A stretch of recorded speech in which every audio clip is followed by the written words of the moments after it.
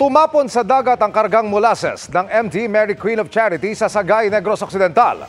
May posible kayang banta ito sa kalikasan? Nakatutok si Mark Salazar.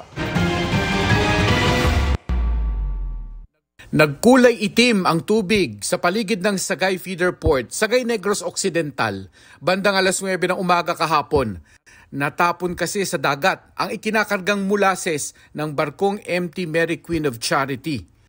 Ang industrial molasses ay ginagamit bilang binding agent sa mga pabrika at minahan. Binabind nito ang mga industrial waste para hindi kumalat sa kapaligiran. The Coast Guard District through the stations and substations in the area and the Marine Environmental Protection Group immediately responded to the incident and also coordinated with relevant agencies to have a whole of nation approach. 300 metric tons na ng molasses ang naikakarga ng pahintuin ng shore-to-ship operation ng barko para hanapin ang tagas. Sinusubukan pa naming kunan ng pahayag ang may-ari ng barko. It is very low in our priority kasi hindi naman siya threat to the environment. Molasses come from sugar. Mas nakatuon daw ang Philippine Coast Guard sa recovery operation sa MT Terra Nova sa Bataan. Sensitibo raw kasi ang siphoning operation para maiahon ang 1.4 million liters na langis ng lumubog na barko.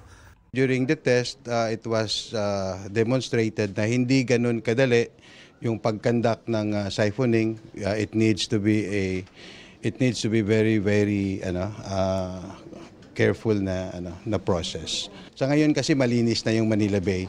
So we want to keep it that way kahit na mag-siphon tayo. So safety pa rin yung pinaka-concern natin.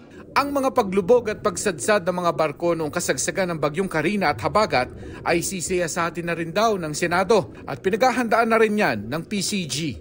Kasama talaga yan palagi. Pag mayroong mga incidents, we really have to face the people through the Congress and Senate para mas ma-improve kung ano man yung mga batas pangkailangan para mas lalo nating maserbisyohan yung taong bayan. Para sa GMA Integrated News, Mark Salazar, nakatutok 24 oras.